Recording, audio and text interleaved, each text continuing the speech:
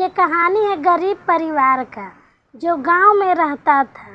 छोटा सा परिवार 3 लोगों का, पति पत्नी और छोटी बच्ची। आर्थिक तंगी से जूझ रहे थे। पति की कहीं नौकरी नहीं लग पा रही थी।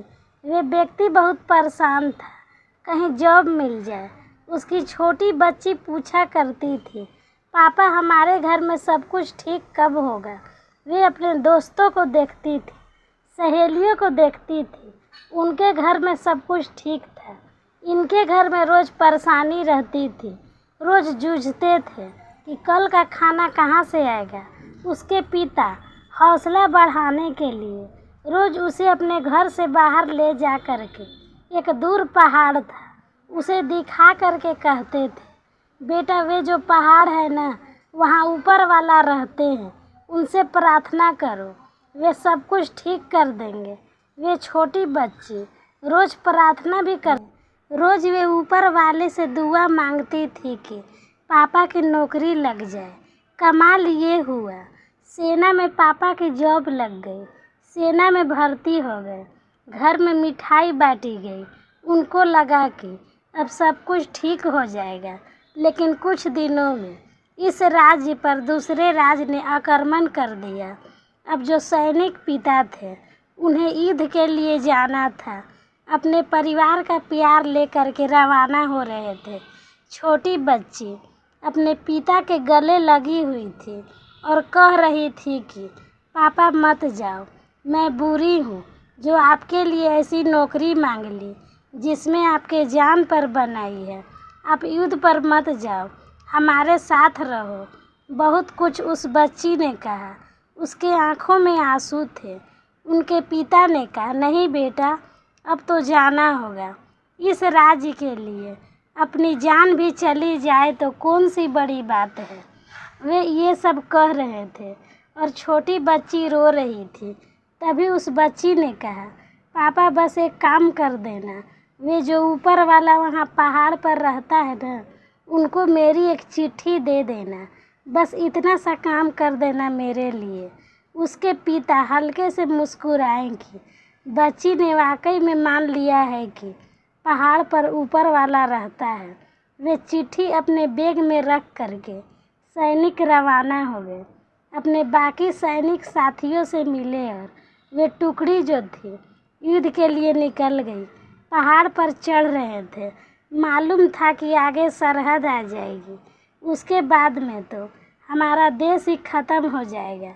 एक आखिरी पोस्ट ऑफिस था, वहाँ जो लेटर बॉक्स होता है उसमें जा कर के सैनिक पिता उसमें चिट्ठी डाली और चिट्ठी डालने से पहले उसमें लिख दिया अपने हाथ से, बेटा माफ़ करना, यहाँ कोई ऊपर वाला नहीं रहता है। मैं तो तुम्हारा हौसला बढ़ा रहा था। उसे लगा कि ये चिट्ठी वापस अपने घर भेज देता हूँ, बच्ची को मिल जाएगी और बच्ची समझ जाएगी कि पापा झूठ बोल रहे थे। थोड़ा सा गुस्सा होगी, लेकिन क्या होगा, मैं तो जा रहा हूँ उस युद्ध में, पता नहीं जान बचेगी या नहीं बचेगी। भीषण युद्ध हुआ। 2-3 महीने तक युद्ध चला। एक एक करके सैनिक मरते जा रहे थे। उस गांव में खबर फैल गई कि वे टुकड़ी ख़त्म हो गई है। वही टुकड़ी जिसमें इस बच्ची के पापा गए थे। घर में शोक का माहौल था, दुख का माहौल था, मातम था। बच्ची बहुत रोई कि ये क्या कर दिए ऊपर वाले, आपने तो मेरे पिता को मुझसे छीन लिया। 3-4 महीने बाद एक व्यक्ति आकर के घर के दरवाज़ा पर खड़ा हुआ। पतला दुबला सा, हाल बेहाल, फटे हाल, ऐसा लगा बहुत किसी ने मारा है। बच्ची पहचान गई, दौड़ करके गई और पापा के गले लग गई। बोली, पापा आप तो वापस आ गए। इसके सैनिक पिता को सामने वाली जो सेना थी वे बंदी बना करके ले गई थी, जिंदा पकड़ करके ले गई थी। बहुत मारा था। जैसे तैसे वे व्यक्ति अपना जान बचा करके भागा और घर वापस आया। पिता उसकी पुत्री, ये बाप बेटी का मिलन हो ही रहा था कि तभी एक तीसरा व्यक्ति आया जो कि डाकिया था। आते ही बोला, माफ़ करना, वहाँ ऊपर पहाड़ पर युद्ध चल रहा था, इसलिए वहाँ से डाक नहीं आ पा रही थी, चिट्ठी नहीं आ पा रही थी। तभी उसने चिट्ठी उस व्यक्ति को दी और वह वही चिट्ठी थी जो उस व्यक्ति ने अपने घर के लिए वहाँ से भेजी थी, जिस पर लिखा था, बेटा माफ़ करना, ऊपर वाला नहीं होता। मैं तो तुमसे हौसला बढ़ाने के लिए ये सब बातें कहता था। वे व्यक्ति उस वक्त रो रहा था, उसके आंखों में आंसू थे। अपने बच्ची से इतने दिनों के बाद मिल रहा था। उसी इमोशनल लम्हे में उसने चिट्ठी खोली और पढ़ना चाहा कि बेटी ने क्या मांगा था। जब चिट्ठी खोली तो उसमें बच्ची ने लिख करके भेजा था, हे ऊपर वाले, मेरे पिता को ईद से वापस सही सलामत भेज देना। वही सही सलामत व्यक्ति वहाँ घर पर खड़ा था, अपनी बेटी से मिल रहा था। उनके आंखों से आंसू रुके नहीं। छोटी सी कहानी है, लेकिन हमें सिखाती है, अगर ज़िंदगी में विश्वास है तो आपकी दुआ कबूल होगी। वे ऊपर वाले आपकी भी सुनेगा। अगर आपने दिल से कुछ मांगा है तो वे आपको ज़रूर से ज़रूर मिलेगा।